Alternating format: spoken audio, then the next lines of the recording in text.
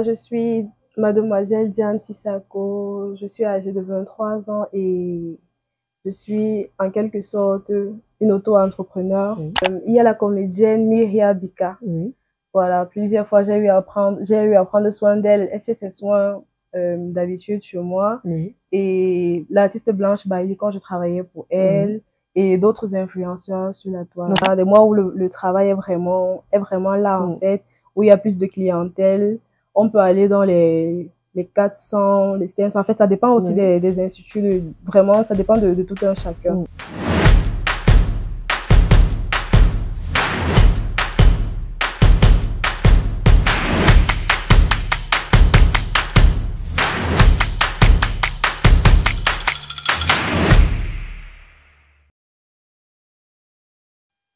Vous êtes sur MC Business TV et comme chaque samedi matin, c'est votre émission favorite, le coin de l'entrepreneur. Ce matin, nous sommes avec Diane Sissako. Bonjour Diane et bienvenue à toi sur MC Business TV. Merci, bonjour à vous. Alors pour tous ceux-là qui vous découvrent, présentez-vous brièvement et dites-nous comment est-ce que vous êtes retrouvés dans le monde de l'entrepreneuriat, précisément dans le domaine de la beauté. Voilà, je suis mademoiselle Diane Sissako, je suis âgée de 23 ans et je suis en quelque sorte une auto-entrepreneur. J'ai décidé de me lancer en 2020. Voilà, j'ai débuté en travaillant pour une structure qui a par la suite fermé. Et je pense qu'après ça, j'ai décidé, voilà, de me lancer et de me mettre à mon propre compte, voilà. Et qu'est-ce qui vous a motivé justement à lancer votre propre entreprise? Est-ce que c'est parce que cette entreprise a chuté ou alors il y a toute une histoire derrière qui vous a motivé à vous lancer? Bon, c'est vrai, l'entreprise pour laquelle je travaillais a chuté, a fermé ses portes. Mais en même temps, je me disais aussi que c'était juste pour une période, en fait. Parce que j'avais toujours en tête que non, il fallait que j'ouvre ma propre structure à moi, que voilà. Donc, je pense que c'est de là que tout est parti. Je me suis dit que non, je dois être mon propre chef, je dois réaliser, je dois avancer et non être en train de travailler toujours pour les gens. Parce que c'est aussi, c'est difficile de travailler pour des gens dans ce domaine. Voilà. Ouvrir sa propre institut de beauté à 23 ans, comment s'y prendre? Bon, ça c'est vrai que c'est un peu compliqué parce que il faut vraiment avoir du courage, de la force de se lancer. Parce que c'est très difficile, surtout dans les débuts quand on se lance. Pour quelqu'un comme moi, c'est vrai, je n'ai pas encore percé comme il faut, mais je suis encore, on peut dire, à mes débuts, on va dire ça, parce que ça fait pratiquement 2 ans et demi, bientôt 3, que je suis entrée dans ce domaine-là. Donc,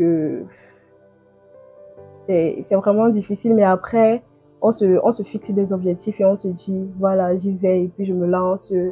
Ça, forcément, si tu es persévérant, ça va aller. Alors, de la persévérance, il en faut parce qu'on sait que le monde de l'entrepreneuriat aujourd'hui est confronté à beaucoup d'obstacles, beaucoup de difficultés. Et quelles sont justement les difficultés auxquelles vous avez fait face, mais vous continuez même de faire face en tant les difficultés déjà. Il y a tellement de personnes qui se lancent dans ce domaine-ci parce que c'est un domaine en pleine expansion. Et après, si tout le monde se lance dans le domaine, donc après, ce sera difficile d'avoir la clientèle parce que c'est vrai, une seule personne ne peut pas contenir tout ce monde. Mais après aussi, ça devient difficile parce que la concurrence devient rude. Voilà. Donc plus il y a de concurrence, plus on a de la difficulté à se faire de la clientèle et tout. Mais bon, ça va. Mais comment est-ce que vous réussissez aujourd'hui à surmonter ces défis que vous relevez au quotidien? Déjà parce que je fais du bon travail. Je vais dire ça là parce que grâce à mon travail, voilà, j'ai des recommandations de mes clientes. Elles me recommandent à d'autres personnes. Et puis aussi, il y a les réseaux sociaux, il y a le sponsoring et tout ça. Donc, ça permet en fait de cibler une nouvelle clientèle. Cibler une nouvelle clientèle. Également grâce au bouche à oreille. Et ça fait 3 ans qu'on persiste dans le domaine. Est-ce qu'on peut chiffrer aujourd'hui votre chiffre d'affaires? Est-ce qu'on peut avoir une idée? Une idée du chiffre d'affaires, bon, mensuel, on va dire ça comme ça. Mensuel et pourquoi pas sur 1 an également? Bon, sur 1 an, c'est vrai que j'ai jamais pris la peine vraiment de faire des comptes, mais mensuel, oui. Pour des mois avec, je vais dire ça comme ça, des mois où le travail est vraiment là, en fait, où il y a plus de clientèle, on peut aller dans les les 400, les 500. En fait, ça dépend aussi des instituts. Vraiment, ça dépend de tout un chacun. Voilà. Par exemple, moi, je peux dire dans les 400 et plus même. Voilà. 400 000. Oui, 400 000. 400 500 000 oui, le mois. pour le mois. Wow, c'est intéressant. Oui, pour le mois. Mais quelle est votre vision pour votre institut de beauté? Comment est-ce que vous vous voyez en 2, 3, 4, 5 ans? Et comment est-ce que vous vous démarquez de vos concurrents? Ma vision des choses dans 2-3 ans, en fait. Ce que je veux faire, je vais dire, c'est vrai que c'est un projet déjà, c'est un projet. J'ai envie d'étendre en fait mon business, surtout, je vais dire, dans d'autres villes ou bien déjà dans d'autres villes. Mais ce que j'aimerais encore plus, c'est étendre mon business à l'étranger en fait, pas qu'au Cameroun. Et pour ça, je sais que je dois bosser dur, je dois travailler pour y arriver. Mais je sais qu'avec le temps, peut-être c'est pas dans 2 ans, c'est pas dans 3 ans, mais un jour, ça arrivera. Un jour, ça arrivera. Un jour, ça arrivera. Et forcément, lorsqu'on y croit, on se donne les moyens voilà, de réussir. Alors, vous avez parlé, vous avez dit que vous avez travaillé pour des instituts qui ont eu à fermer. Est-ce qu'on peut avoir une idée de quelques personnes reconnues ou connues que vous avez peut-être coiffées ou alors... J'ai coiffé... il y a la comédienne Myria Bika. Voilà, plusieurs fois, j'ai eu à prendre soin d'elle. Elle fait ses soins d'habitude chez moi. Et l'artiste Blanche Bailly, quand je travaillais pour elle, et d'autres influenceurs sur la toile. Notamment Aïcha Kamoise. Aïcha Kamoise, voilà. Et quelle est votre expérience? Comment est-ce que vous faites pour garder votre clientèle et les fidéliser? Pour garder la clientèle et fidéliser, j'opte plus, je vais dire, dans l'accueil, le savoir-vivre avec les autres, parce que les clientes, si quand elles arrivent chez toi, si elles se sentent frustrées, forcément, elles ne reviendront plus. Donc, je mise beaucoup sur l'accueil et sur la familiarité, en fait, que j'instaure entre la cliente et moi. Et quel peut être vos conseils pour garder une relation forte et durable avec sa clientèle? Justement, comme je parlais, l'accueil. La première impression, elle reste toujours la meilleure. Si quand les clientes, elles arrivent chez toi, tu te comportes bien, tu les accueilles comme il faut, forcément, elles auront envie de revenir. Mais si après, elles se sentent frustrées ou elles se sentent pas à l'aise chez toi, voilà, ce serait compliqué qu'elles reviennent encore. Et quel conseil aujourd'hui Diane peut donner à tous ces entrepreneurs là, qui souhaitent se lancer dans le domaine de l'entrepreneuriat, notamment dans la beauté?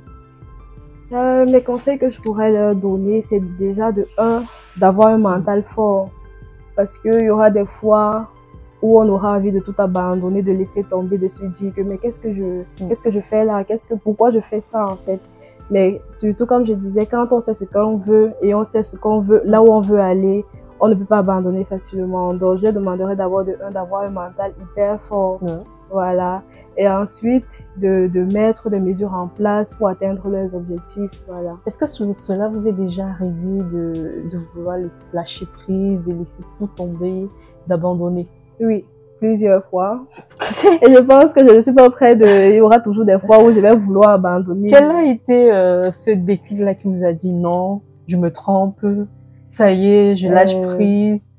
Parce qu'en fait, il y a des fois où on n'a vraiment pas de clientèle, où on peut faire des jours, voire même des semaines, pour certaines, des semaines sans travailler. Et quand ces périodes mortes-là arrivent, qu'est-ce qu'on se dit? Mais qu'est-ce que je fous là? Mais pourquoi ça ne marche pas? Pourquoi mon travail ne marche pas?